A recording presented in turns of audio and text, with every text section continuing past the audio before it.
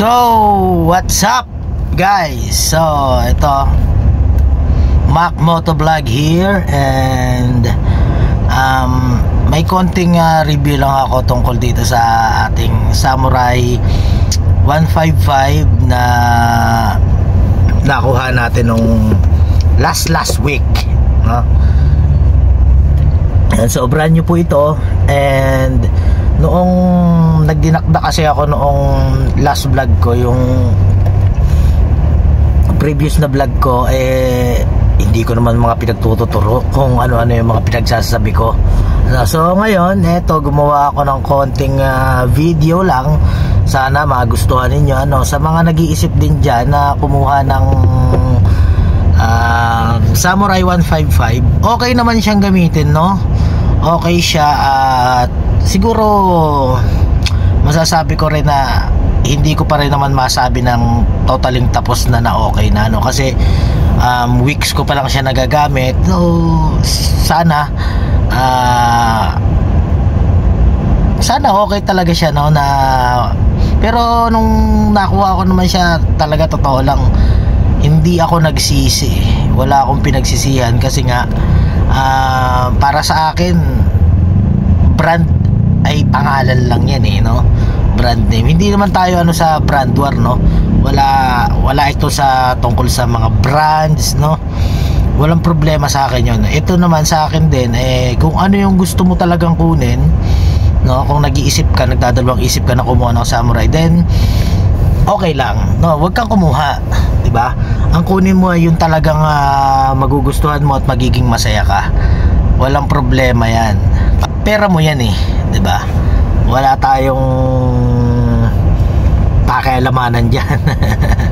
Kasi ikaw ang gagastos, diba? Ikaw ang gagamit, hindi yung ibang tao. Kaya yun, nung nag-decide ako na kunin ko siya, brinate niya expectation ko. Kasi talaga ang totoo, ang kukunin ko talaga dapat ay Airblade 160. Okay na, naka-prepare na lahat, naka-budget na lahat, okay na talaga. Pero nung nakita ko kasi tong Samurai 155 na ito at naging controversial, parang na-challenge ako, na biglang nagbago yung isip ko na ito na lang kaya ang kunin ko, no? Parang mas okay, 'di ba? Tsaka may lagayan din ako ng mga pinamili nung asawa ko. Yun din yung ko. Kaya yun ang sinubukan ko na kunin, and na-break niya talaga expectation ko, na ang ina-expect ko talaga mahina yung hatak. Yun ang inaano ko Pero nung nagamit ko na, nagulat ako wow, ganito pala to. Seryoso talaga, euro lang talaga to. Pero ayon din naman sa specs niya, 'di ba? 14 horsepower, 14.3 horsepower, ano ba yung isa pa?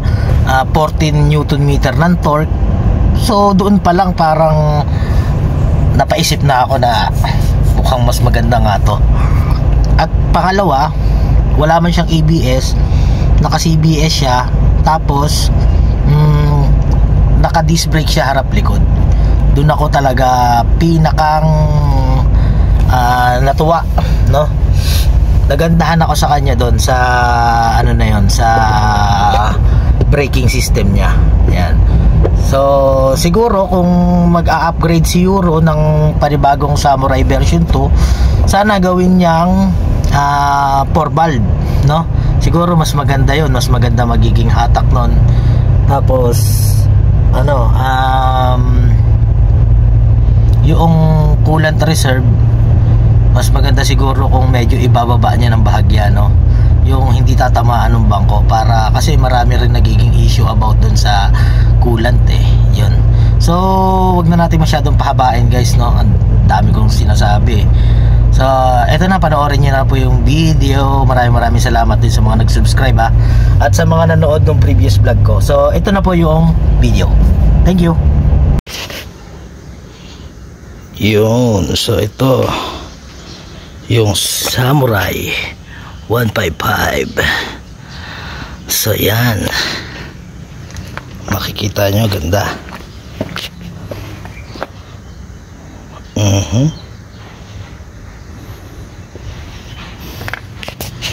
Yung kanyang bangko makakiles, charging port,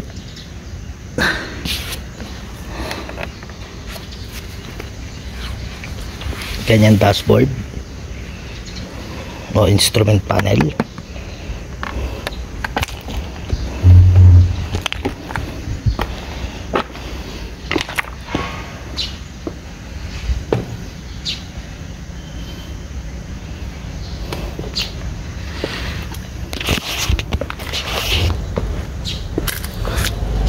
Ayan, kita nyo, napakaangas ng mukha.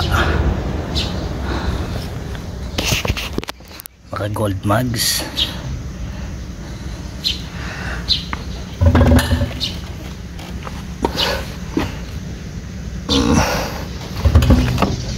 Maka dual piston caliper. Kung ano ang tatak, hindi ko alam, pero naka CBS yan. Ito yung sensor niya ng speedometer. Yan.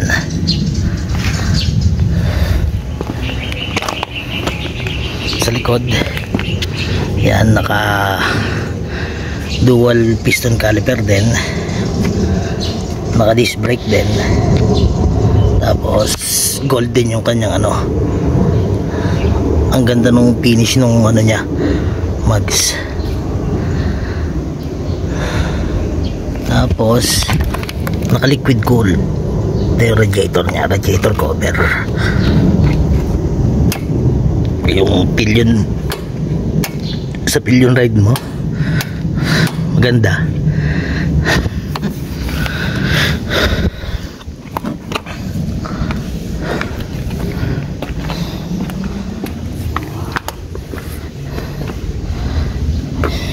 Ito malaki, malalim.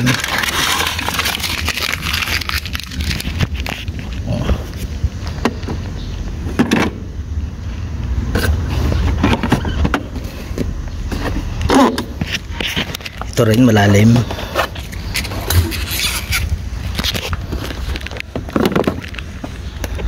Yan, so hindi siya malalaglag basta-basta kahit makalog. Tapos yung kanyang seat,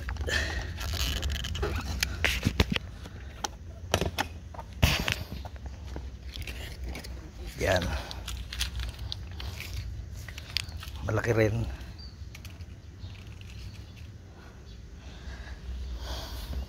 Yan, ito yung lagay niya ng coolant. So tinatakpan ko siya ng basahan kasi tumatama siya dito sa upuan. Yan o.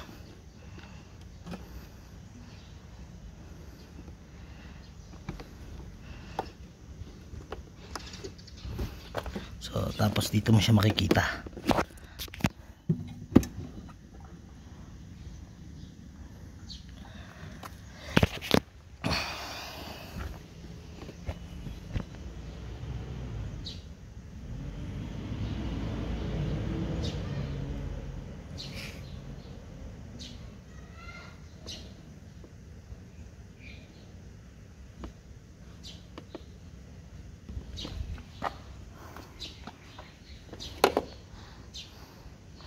Yung kanyang fuel tank capacity ay 6.5 liters.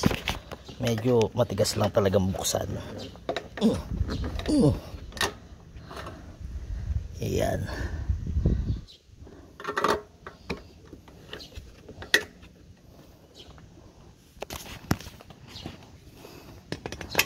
I-on natin. Dito tayo. Makaano na rin pala to. Yan o. Naka ESP Plus. Tapos yung mga decals nya, yan lang. Sana ginawang ano to eh. Sana ginawang emblem.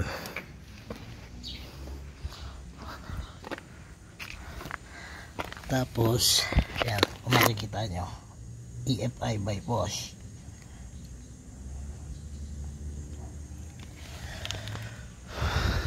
Open natin.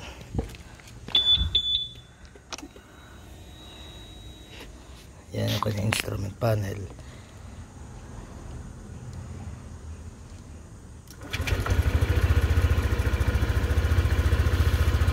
Yan. Ito yung syempre start button. Ito naman yung sa headlight. Yan. Ito yung sa ano ISS nya, high and low, beam, kusina, signal light, at may passing light. Passing light. Ito, yung nakikita niya RPM yan. Ito yung kilometers niya, yung natakbo na niya. Ito yung odometer. Ito yung ano, speed meter niya, fuel, battery, orasan.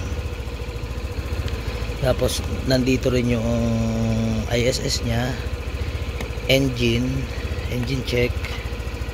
Tapos may emblem siya dito na jelly. Side mirror maganda rin, parang padahon style. Malaki rin kaya hindi ko muna pinapalitan, sayang. Saka syempre stock is good. Nilagyan, ito yung kay Tripa to eh. Tapos napunta kay Soro, kinuha ko, nilagay ko siya dito para may cellphone holder naman ako. So tingnan natin siya pag nakabukas yung tail light. Yan, very unique yung style niya, no? Pagka nagbe-brake ka, ito lang yung umiilaw. Ito yung para magiging taillight mo lang siya.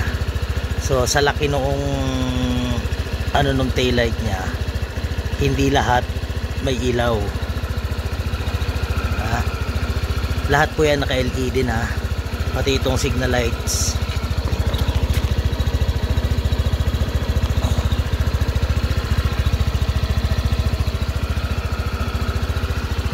Headlight tayo. Yan, oh. Napakaangas, napakaganda ng daytime running light niya. Yan, oh. Unique na unique.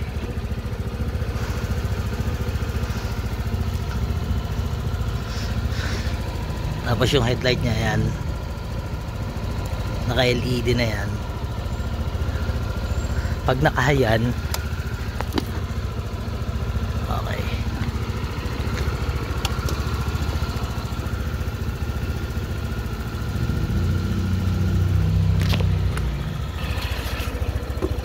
So yan, talagang premium na premium siyang tingnan. Makina tahimik.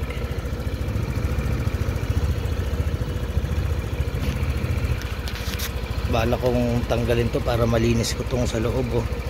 Bala ko tanggalin to.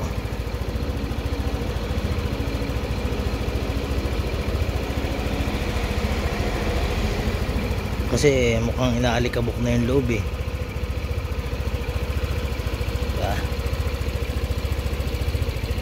May hook din siya dito. Tapos dito nakalagay yung battery niya, no? Medyo maluwag tong ano niya, gulay board. Ayan, medyo maluwag yan. Pero sa height ko kasi 5'5", medyo umuurong pa ako dito kasi tumatama yung tuhod ko dito eh. Yun lang. Ito yung controversial na Samurai 155. Tingnan natin sa malayo.